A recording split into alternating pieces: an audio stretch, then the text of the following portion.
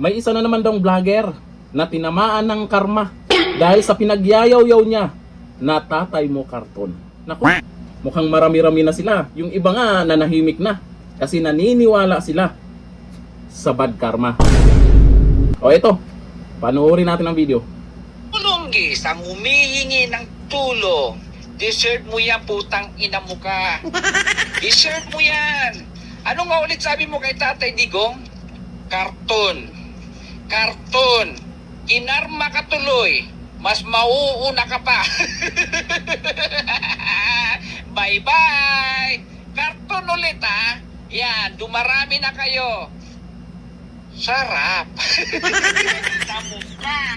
Grabe mga asar no? Pinagtawanan pa. Ang vlogger na yan, kasi may nilagay po niya dyan sa post niya.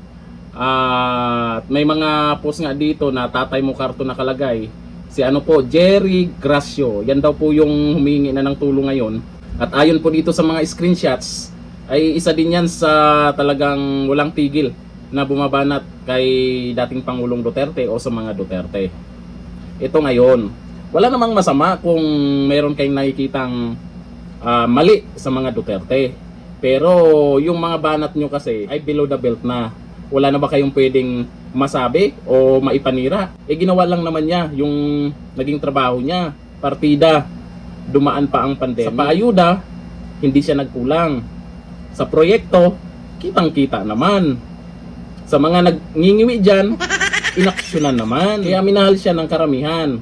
At inaasahan naman po natin, ay meron talagang mga taong kung baga isa siguro sa nasampulan nung sa panahon niya, mga taong nalugi ang negosyo sa pulburon ba. Kaya hindi nyo po masisi itong mga nagmamahal kay dating Pangulong Duterte na matutuwa kung ano yung nangyayari sa inyo, kung ano yung mga pinagdaanan nyo, dahil nakikita nila na kinarma nga kayo. O sino kaya ang susunod? Sige, karton pa. Ang nangyari, yung iba, sila pa ang nauna. Tapos may iba pa dyan, sasabihin, respeto. Bakit kayo? Nirespeto nyo pa si dating Pangulong Duterte. Ngayon, bumalik sa inyo ang kabastusan nyo at mas matindi pa ang nangyari sa inyo. Hingi kayo ng respeto.